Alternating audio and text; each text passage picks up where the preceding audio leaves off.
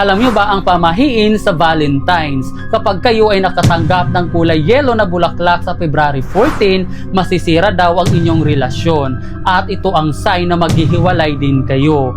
Dahil malas ang kulay yellow na flowers sa araw mismo ng Valentine's Day. Kahit anong uri ng bulaklak, basta ang kulay nito ay kulay yellow, wag na wag mo itong ibibigay sa iyong loved ones kung ayaw mong masaktan at umiyak sa mga susunod na araw. Huwag ka din magbibigay tulad ng tsinelas, sapatos, medyas, anything na sinusuot sa paa dahil ang ibig sabihin lang nun, ikaw ay tatakasan at magpapakalayo-layo hanggang sa ma-realize nyo na wala na pala kayong feelings sa isa't isa. Huwag ka din magre-regalo ng relo at orasan dahil parang minamadali mo na ang inyong relasyon at nagaantay ka lang ng tamang oras para kayo ay maghiwalay sa isa't isa. Kaya kung ako sa'yo, pag nagbigay ka ng bulaklak ay kulay red. Sumasagisag ito ng pag-ibig, passion, init ng damdamin. Ito rin ay nagpapahiwatig ng pagmamahal at matinding koneksyon sa pagitan ng mga tao. Sinisimbolo din ito ng pagmamahalan.